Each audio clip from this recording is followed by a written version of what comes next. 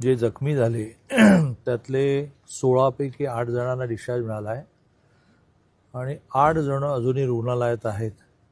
त्यांना भेटण्यासाठी, त्यांच्या तब्येतीची विचारपूस करण्यासाठी मी आणि माझे सगळे सहकारी या ठिकाणी आलो आहोत. त्याच्यामध्ये एक महिला पेशंट अशा आहेत की ज्यांच्या पाठीच्या कण्याला फ्रॅक्चर आहे. हेच थोडं गंभीर आहे. बाकीच्यांनाही जखमा आहेत. 8 जण तर डिस्चार्ज झाले, पण त्यांना उरलेल्या 7 जणांनाही आज बऱ्यापैकी डिस्चार्ज मिळेल. पण ह्या महिला ज्या आहेत त्यांच्या पाठीच्या कण्याची शस्त्रक्रिया करावी लागेल. मी डॉक्टरांना असं सुचवलं की पाठीचा कणा हा शरीराचा इतका नाजूक भाग असतो, त्याचा शरीराच्या वेगवेगळ्या भागाशी प्रामुख्याने हात पायाशी संबंध असतो. त्यामुळे वेळ पडली तर बाहेरून चांगले तज्ज्ञ आणा, पण ही शस्त्रक्रिया व्यवस्थित झाली पाहिजे.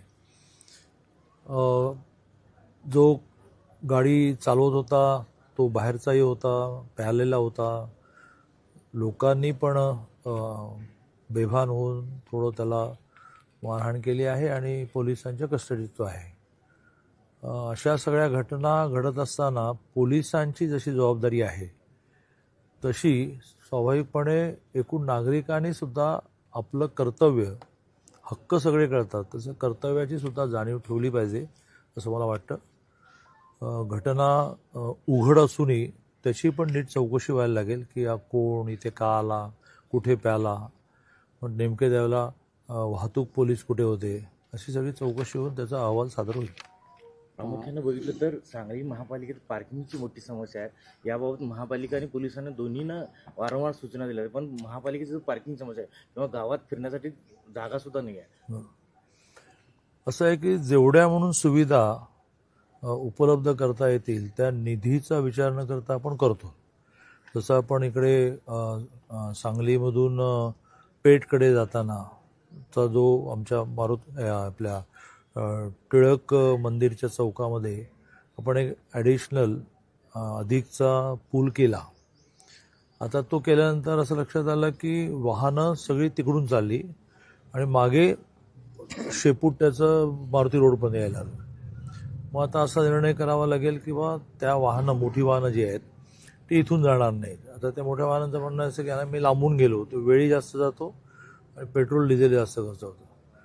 योगाने काय झालं आहे की वाढत्या लोकसंख्येमध्ये एकाचं हित जे आहे ते दुसऱ्याच्या अहितामध्ये जोडलेलं आहे. म्हणजे समजा फेरीवाल्यांवर कारवाई करायची तर मग स्वाभाविकपणे भूतदयेचा मुद्दा येतो की मग यांचं घर कसं चालायचं, त्यांच्यावर कारवाई नाही करायची तर लोकांनी चालायचं कसं. आता ह्या सगळ्यातून वाट काढत पुढे जायला लागेल. त्यामुळे जरा आचारसंहिता संपली की सांगलीमध्ये वाढणारी वाहनं लक्षात घेता आणखीन काय उपाययोजना करता येतील. जसं आता पुण्याच्या बाबतीमध्ये माननीय देवेंद्रजींनी असं ठरवलं की आता फ्लायओव्हरसुद्धा करण्याच्या स्पॉट असतात ना, कुठेही करून चालत नाही, ते संपले तर आपल्याला तर भुयारी मार्गाकडे झालं. आणि पहिला भुयारी मार्ग त्यांनी घोषित केला शनिवारवाडा ते स्वारगेट. मध्ये ज्यांचं काम नाही त्यांनी डायरेक्ट बाहेर पडायचं. तसं सांगलीमध्ये जरा नीट आराखडा करायला लागेल. मी आत्ता तुमच्या माध्यमातून आवाहन करतो की ज्यांना पिंपरी चिंचवड शहर मला माहिती आहे की एका माणसाने, एका नागरिकाने 1 रुपयाची अपेक्षा न देता त्या काळामध्ये डिझाईन करून दिलं. कुठे ओव्हरब्रिज हवे आहेत, रस्ते किती रुंद हवेत.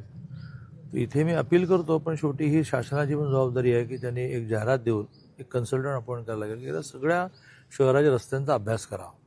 कुठे कुठे रुंदीकरण आवश्यक आहे, कुठे कुठे ओव्हरब्रिज आवश्यक आहे आणि त्याप्रमाणे करू. कोल्हापूर महापालिकेचे पत्ते तुम्ही खुले केलेले आहेत. सांगली महापालिकेच्या ते त्या टप्प्यावरच खुले होतात ना. अजून सांगलीच तर सांगलीमध्ये उमेदवारी अर्ज भरणं महापौर, उपमहापौर हे उद्या आहे.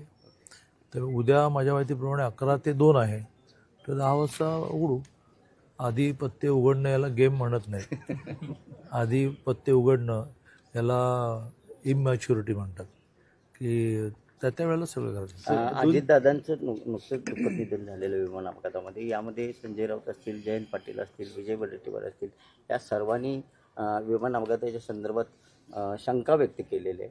कसं बघताय? जेव्हा जेव्हा विशेषतः राजकीय अपघात होतो, बाकीसुद्धा अपघात पण राजकीय अपघात म्हणजे बाकीसुद्धा म्हणजे ज्यावेळेला संभाजीनगरला एक विमान कोसळलं, एक पक्षी आडवा आला आणि धूत गेले, त्यामुळे नुसते राजकीय नाही, ज्या ज्यावेळेला मोठी व्यक्तिमत्व जातात, गुजरातच्या कर्णावतीच्या विमान पडण्यामध्ये माजी मुख्यमंत्री गेले, माझे परम मित्र विजय रुपाणी. तर प्रत्येक वेळेला असा संशय नातेवाईकांना आणि कधी कधी विरोधकांना येतो की ह्यात काही घातपात आहे का. अगदी थेट संजय गांधींचं विमान पडलं तिथपर्यंत जरी गेलो तर काही वेळेला अशीच चर्चा झाली, आणि ती चर्चा होणं चुकीचंही नाही आपल्या मनातला आलेल्या संशयात. पण माननीय देवेंद्रजींनी अतिशय तत्परतेने केंद्रीय विमान प्राधिकरणाशी बोलून चौकशी लावली आहे. अहवाल बाहेर येईल. अजितदादांचे आणि तुमचे संबंध कसे होते? अजितदादांचे आमचे संबंध अतिशय चांगले. सांगली महानगरपालिकेमध्ये सत्तेचं विभाजन कसं करायचं यासाठी आदल्या दिवशी आमची मला म्हणू की दोघेच बसून सांगली महानगरपालिकेशी संबंधित त्यांचे काही पदाधिकारी आलेले असतानाही हे तुम्ही थांबा रे बाहेर तसं म्हणून आमची चर्चा झाली, आणि ती खूप सांगलीच्या दृष्टीने सकारात्मक झाली. आणि मग नुकत्याच झालेल्या महानगरपालिकेच्या दृष्टीने ते मला म्हणाले की दादा, निवडणुकांमध्ये एकमेकावर बोलायचं असतं. मी त्यांना हातात घेऊन असं म्हटलं की दादा, रात गई बात गई. असे खूप चांगले संबंध. राष्ट्रवादी विलीन करण्यासंदर्भात काय चर्चा झाली होती? नाही, आता हा विषय माझा नाही. गिरणी कामगाराचा पोरगा रिटायरमेंटच्या वडिलांना 1400 रुपये पगार होता. हे तुमचे सगळ्यांचे आशीर्वाद म्हणून इथपर्यंत आलो. त्यामुळे इतक्या मोठमोठ्या गोष्टींमध्ये आपण काही लक्ष घालत नाही. अमोल मेटकरी असं म्हणतात की लाडकी बहीण योजनेला अजित पवार, अमोल मेटकरी असं म्हणतात राष्ट्रवादीचे आमदार, या लाडकी बहीण योजनेला अजित पवारांचं नाव देण्यात यावं. नाही, म्हणून म्हटलं ना की आपल्या देशातली लोकशाही इतकी समृद्ध आहे की एखादा